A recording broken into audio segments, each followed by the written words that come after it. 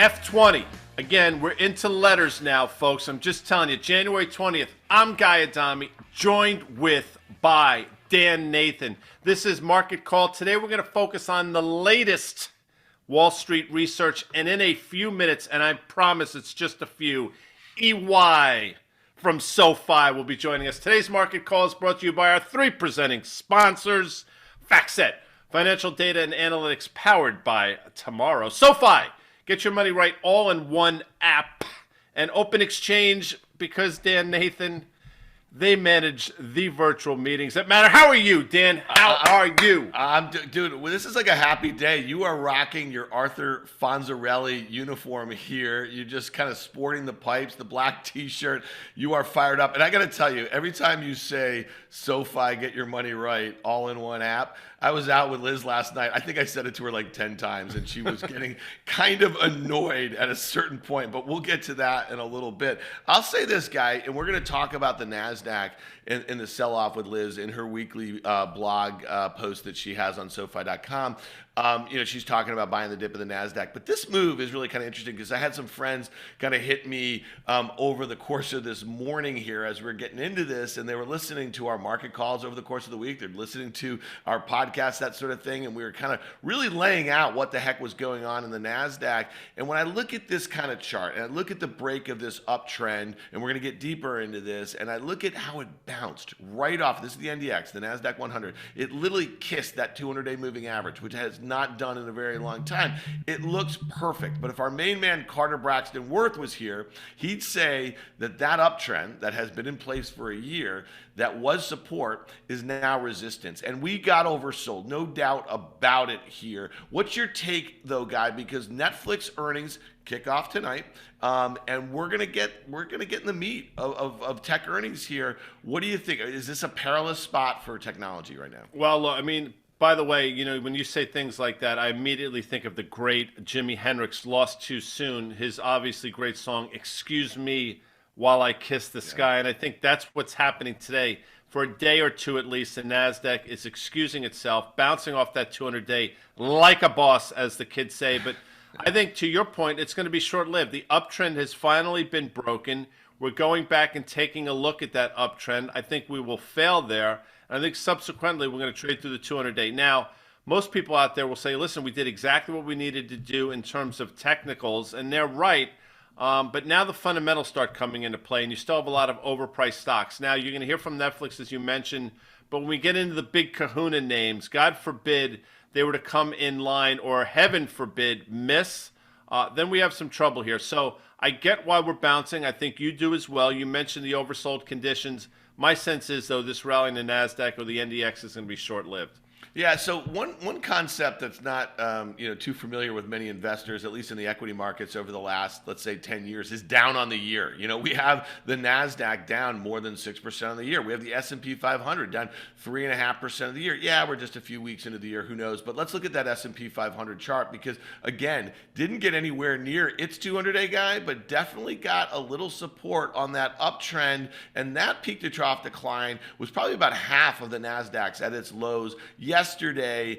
We had bank earnings. You and I have been talking about them a lot. There was some disappointing ones. I mean, the move in JP Morgan was pretty staggering if you think about it. The one-day move in Goldman Sachs the day after their earnings, down 8%, staggering, but only down 5% peak to trough. That seems to be the number over the last year in the S&P 500.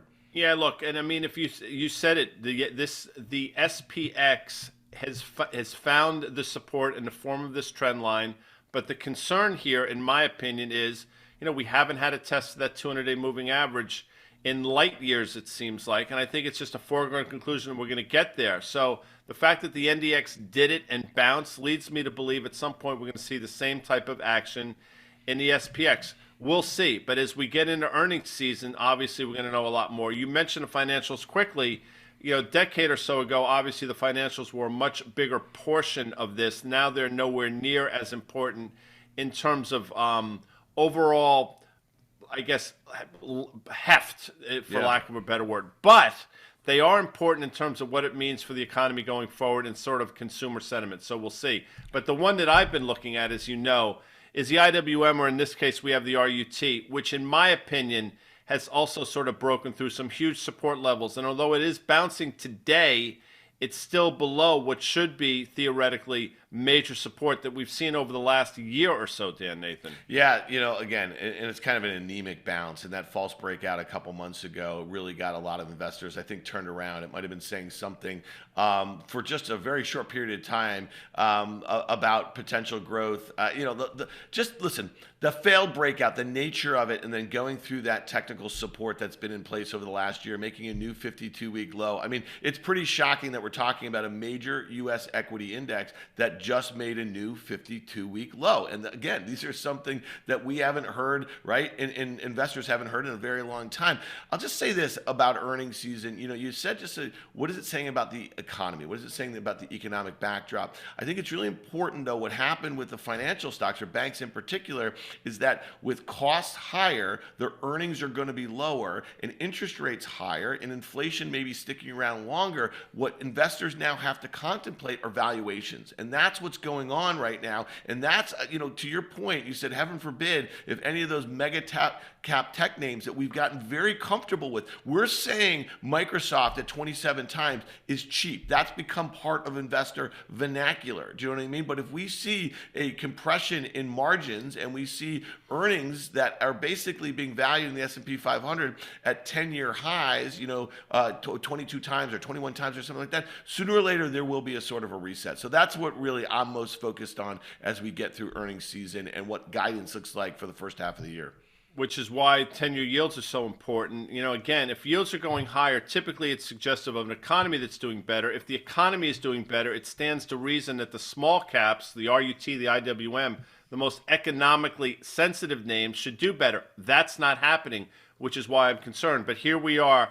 We're basically going to trade up to, Dan, that red line, that line that had been support back, I think, in 2017, resistance in the fall, I think, of 19 or 20, and now we're right up against that resistance level again. I've said it for a while that I thought we were going to 2%. I thought it would happen by the end of last year. It didn't, but we got dangerously close a couple days ago, and here we are sort of around that 183 level. Let's see what happens. I still think rates are higher.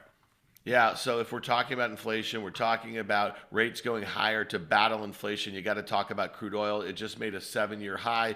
You've been calling for it. We have a little bit of a breakout. It's contending with that prior high here. You and I have some sort of different views on this. And I think mine have to do more with kind of my muscle memory when the Fed started coming off the zero interest rate bound after the financial crisis back in 14 and 15, and they ended taper. We saw crude oil get hit very hard. The dollar rallied, rates rallied.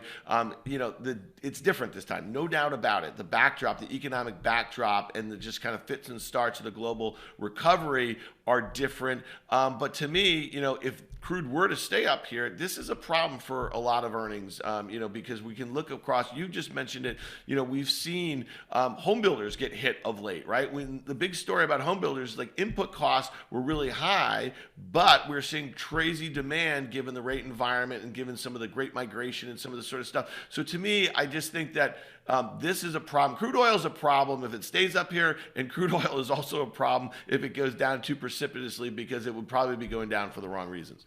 Look, I think on our market call futures, we'll highlight sort of what's been going on in lumber, because that chart is really pretty interesting. It looks a lot like this crude oil chart, but in a much more dramatic way. But you mentioned input costs. Without question, it's a question of how can companies either eat those costs and continue to try to hold on to their margins, or pass them on. And that's what I think people are struggling with right now. But something that we're not struggling with, Dan, is the great EY from SoFi, who, before we get into it, Elizabeth, I'd like to ask you the following question. Will this be the last game in a Packer uniform that Aaron Rodgers plays? Oh, no. Wow. I got confused. You were I thought for a there. second you were... I thought you were going to ask me if it was going to be the last Packer game of the year, and the answer to that was going to be no. So obviously then the answer to your question is still no. Is this the last season that he's in a Packer uniform? Probably. I'm going to go with the 85% chance yes on that. But Liz thinks there's a couple more games this season for Aaron Rodgers in that uniform. Yeah, a couple more. Hopes. I think there's exactly 3 more.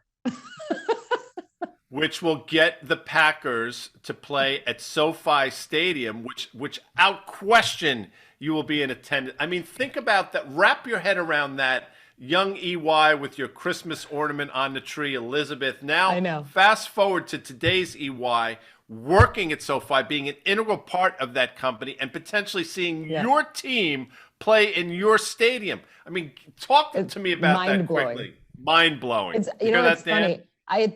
It didn't occur to me until sometime in fall. I think it was like October. It occurred to me that the Packers could possibly play in a Super Bowl at SoFi Stadium and that I worked for SoFi. It just hit me in that moment. And I can't imagine what it would be like if that's the case. It's like all of my worlds collide in the best way possible. That would be a peak for me, big peak. Well, there you go. All right. Speaking of peaks, we have the Nasdaq down about 10% from its peak. And it was just pre-Thanksgiving. And this was one of the themes that you and I and Guy have been talking about on Market Call over the last few weeks, the inability for the Nasdaq to confirm any of the new highs. I think it's really important to remember, in the S&P that is, over the last month and a half or so. So you have a report out this morning on the SoFi website, your blog here. And before we get there, we just want to kind of highlight this slide. And so this is from Bespoke, and they're talking about Nasdaq 10% corrections. And this 10% one is kind of run-of-the-mill if you think about it from the global financial crisis. We've had some serious corrections over the last 10 years or so, and I think it's important to remember in Q1 of 2021, a year ago, we had greater than a 10% correction, but some of the biggest names in the index went down more than the index. I think Apple was down 20% at its lows from its highs in February to its lows in March or so. So just give us a take here, what you're feeling here. You have this report out, wash, rinse, repeat. Talk to us about the Nasdaq here. Drop some knowledge, LY. Yeah. Well, you said it's not confirming new highs, but what it is doing is confirming new lows, right? And if you look at even just that tweet from Bespoke, the average correction on the Nasdaq is a little bit bigger than the average correction on the S&P, but even on the S&P, the average correction is like 14.5%. So 10% is not that bad. And given the huge mountain that we've climbed in all of these indexes, this is not the end of the world. But what I do think it is a shakeout that needs to happen. And when I'm writing, I usually think of the last line before I even write the piece. And the last line of this one is get comfortable being uncomfortable. And I think that's what's going to happen this year. And unfortunately, I mean, I hate to burst anybody's bubble. I think we're going to be uncomfortable for the better part of the entire year because we haven't even seen the Fed move yet. All of these moves in the index are just speculating on what the Fed might do. So what I think is happening now is obviously we broke below that 200-day moving average. That was a huge psychological threshold for everybody. And we're probably going to bounce above again today, which is fine. But what's happening is the dip buyers, they're still there, right? You're still seeing dip buyers. I mean, they're there today, but they're not sticking around as long. So they come in, they swoop in and they buy, but then they don't stay long enough to keep the index above some of those levels. And I think we're going to continue breaking through it, and we're going to trade in a different range on the NASDAQ. And frankly, it's about time. It was ridiculousness before this. It's interesting you say be comfortable being uncomfortable. I think that's the mantra of the Navy SEALs. And quite frankly, you probably would have been a badass one, number one. And number two, this wash, rinse, and repeat comes at such a peculiar time for me because as I went into my bathroom last night, I saw this just for men gray stuff, and on the box, that's exactly what it said. Wash, rinse, repeat. Not that I'm using it, by the way. I mean, I'm the dance I was with going to ask to the prom because if I'm going gray, it's happening. But apparently, there are people in my house that are not that fond of it. With all that said, another mantra has been don't fight the Fed, and that's obviously been true when they're adding liquidity and they're the backstop. By being bearish, you're effectively fighting the Fed. But if that's true on the one side, and to this slide and to what you've been talking about, isn't that true on the other side when the Fed has done an about face? And by being bullish now or being a dip buyer now, you're effectively fighting the Fed. Yeah, I think that's fair. So there's two mantras I would use. Don't fight the Fed is obviously one of them, but another one is the trend is your friend, right? We hear that all the time. Unfortunately, the trend in this case is down, and the trend in a couple indexes is down. The Russell is another one. I used to think you guys put that up to give me something to talk about because it's one of my favorite asset classes, and now I think you just do it to harass me. But the Russell trend, not looking good, right? But here's something that is interesting. If you look at the VIX compared to all of this, so obviously we've seen pretty big shakeouts in some indexes and a lot of names over the last 3 months or so. The VIX, though, hasn't spiked terribly high, even on some of those down days, but we moved the range of the VIX up. So I think we're going to trade in a higher range of the VIX for 2022, which is another uncomfortable place to be, right? We've been in that range of like 15-ish on the VIX for a long time, and we've been really happy there, but that's when the Fed was pumping everything into the market. So fighting the Fed in this case is still buying high multiple stocks, right? And it's going into those highly valued tech names. It's going into the stuff that's going to get hit as soon as the Fed does liftoff. And now there's people even floating, and I'm one of them, that it's possible they do 50 bips right away just to get it out of the way. And the market is not going to like that. So fighting the Fed at this point is putting too much risk on the table in the wrong spots. Yeah. Before Dan gets to this, I just want to address something. We are not attempting to exorcise you in any way. Dan and I have been talking about the IWM or the RUT for many, many, many months now. So please don't think it's our attempt to aggravate you. All right. Well, I'd say speak for yourself, guy, because I do whatever I can to aggravate Liz as the most possible. It does. That's fair. I do. All right. Speaking about pumping, you were saying pumping liquidity and pumping. Guy Adami has been a steadfast bull in AMD, Advanced Micro Devices, and this is the company that really better executed, than their longtime rival Intel on many different kind of product transitions over the last couple of years. And I think the market cap guy got near like 200 billion. I think it almost passed Intel's once. And I know that was pretty shocking here. So let's talk about this downgrade from Piper Sandler today. The analyst downgrades to neutral, and they're just kind of citing concerns about a slowdown in the PC market. I think that, again, a slowdown after a pretty sharp, ramp over the last couple of years. No one really kind of saw that coming, but the pandemic was obviously a benefit. They're talking about some headwinds from the closing their Xilinx deal, and then broader market dynamics, guy, around high multiple, high growth technology stocks. Now, AMD was never really a high growth or a high multiple stock for a very long time. It had an amazing year last year.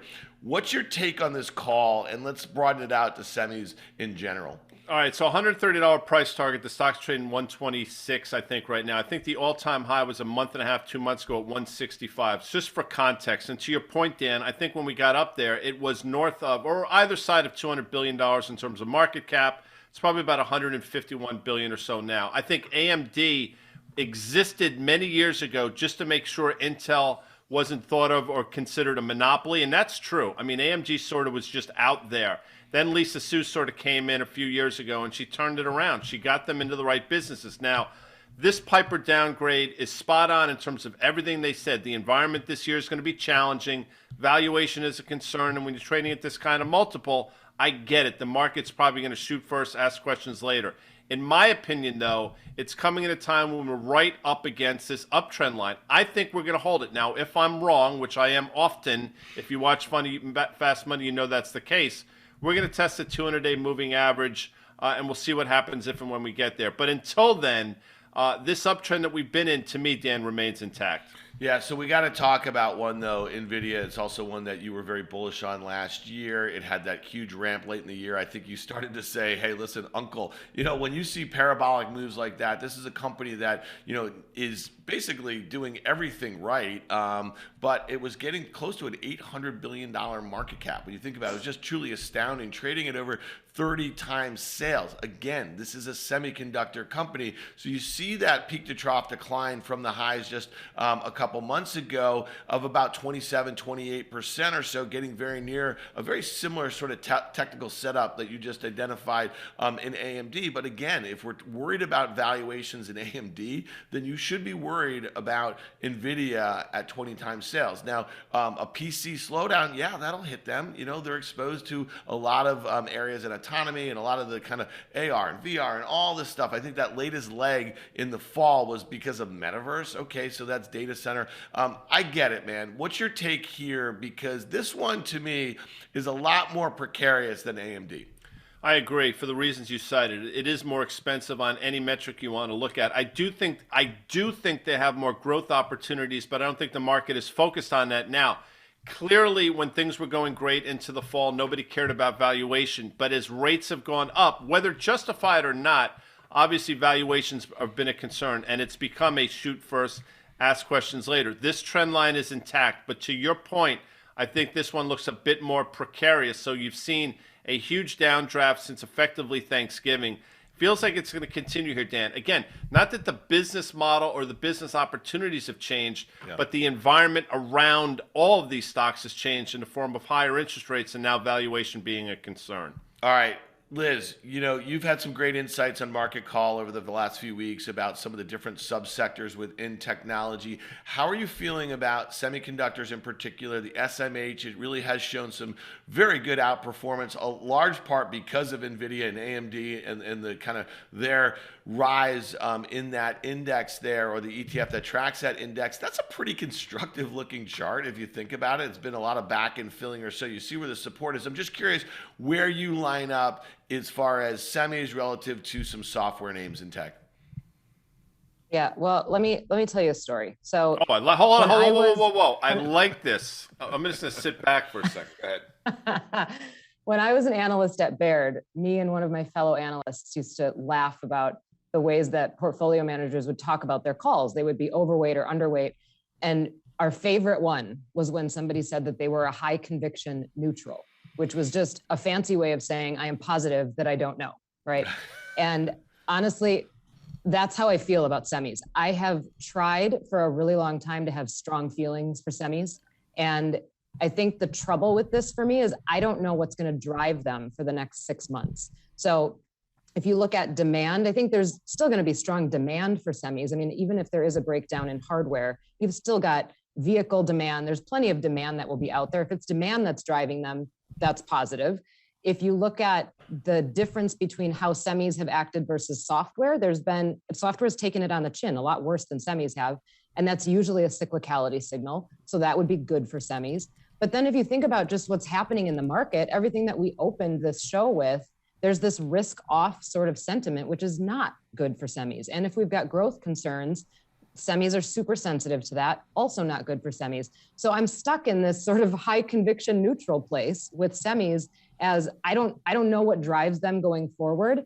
I think that what's probably going to drive them is that more beta sensitive feeling. So if we continue in a bumpy ride, especially in the Nasdaq, I don't know that semis is the place to be. Yeah, well, that's a good segue here, because supply chain issues have been a big part of the semi story for the last year or so, and we just saw this.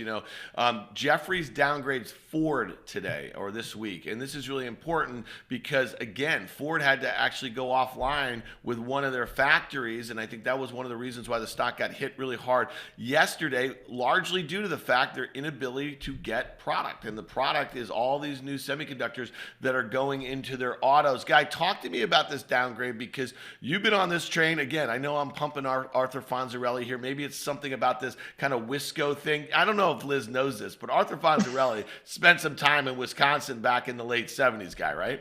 Do I know that? Of There's course a statue of him on the river. There's a bronze statue of the Fonz on the river in Milwaukee. And there should be. I mean, there's no bronze statue of Chuck, the older brother of the Cunninghams, who was gone into season 2, early season 3. But that's probably for another podcast or something else that we do, Dan Nathan. So here's my point all along.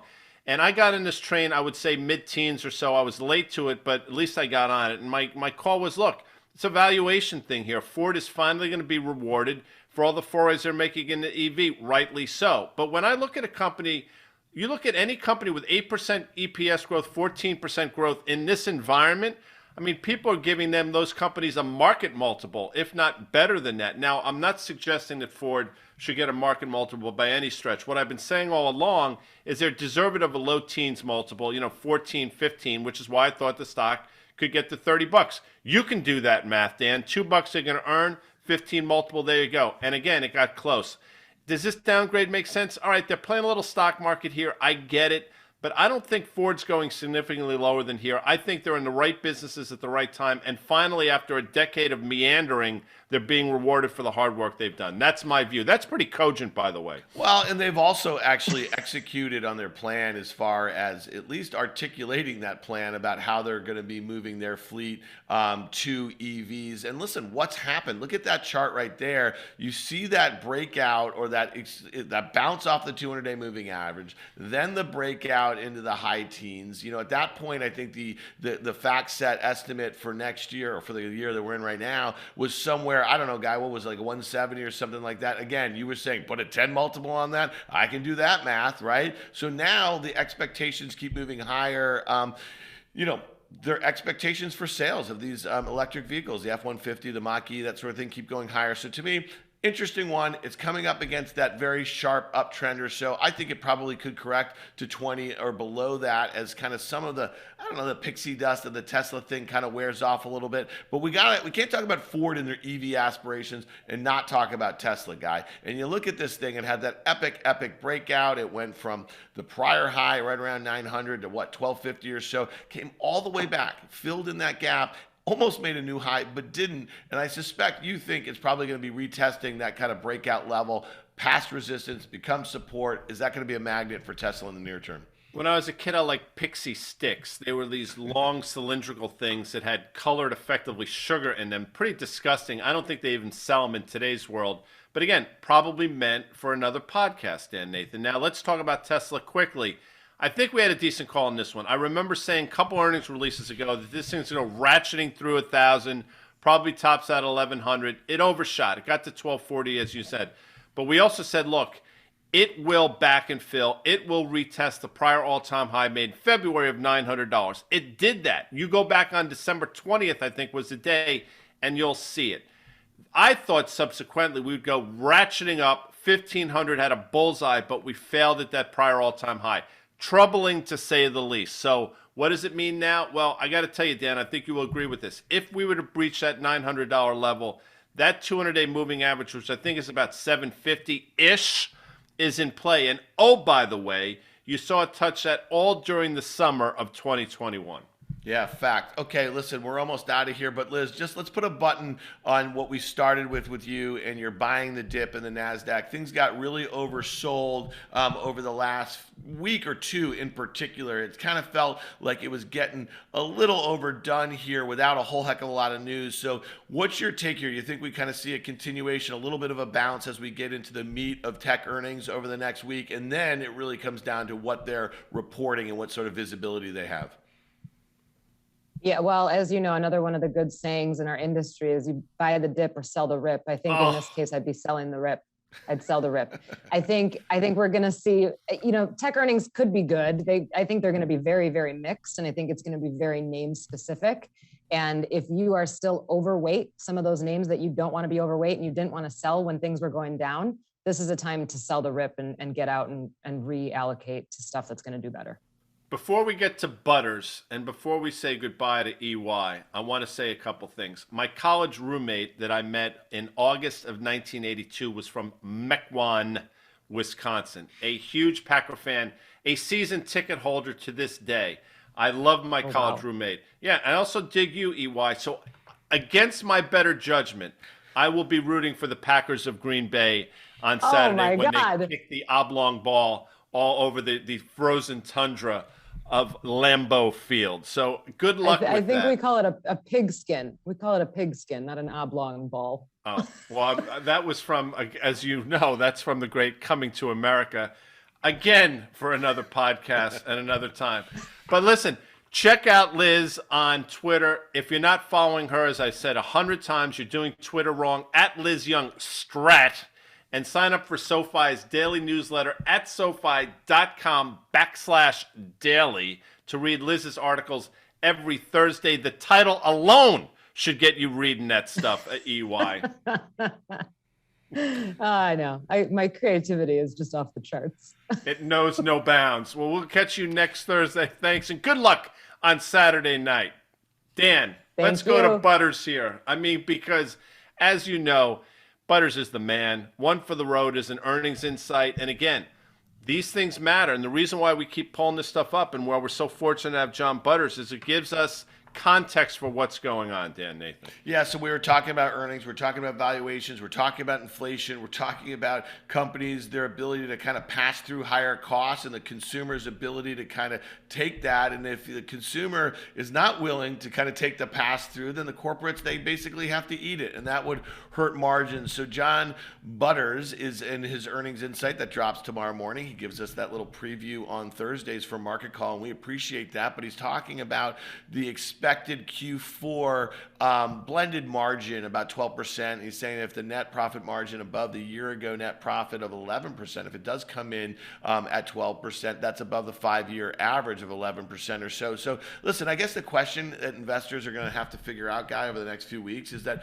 are we hitting sort of peak margins in a way, and at a time where rates are going higher and maybe corporates and some consumers are starting to feel the pinch of basically non-transitory inflation. I guess I had that wrong last summer, although I do think that inflation expectations that we have right now are probably peak. So maybe that doesn't mean peak margins in Q4. Look, that's going to be the rub, right? Because typically peak margins mean peak markets, and we'll see. I mean, if this continues, if analysts are right, then I think the market's going to be okay. But if for whatever reason these margins start to wane, which is listen, that could happen in this environment, Dan. Higher input costs, the inability to pass these costs on to the consumer, who, again, everybody says they're in great shape. We'll see how much they've pulled forward and then how much maybe they won't spend given this inflationary environment. That is what you have to be focused on, Dan Nathan. But what I'm focused on right now is the clock, because the clock on the wall, to quote George Thorogood, says 3 o'clock. It actually says 11:32.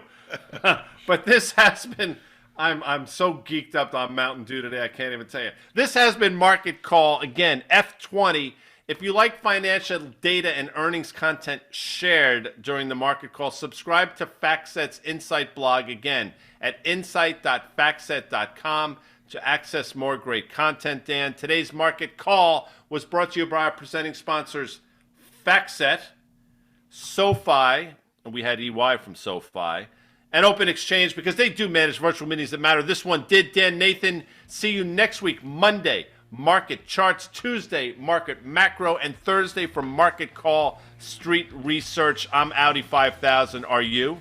Yeah, I am. See you, bud. That was fun.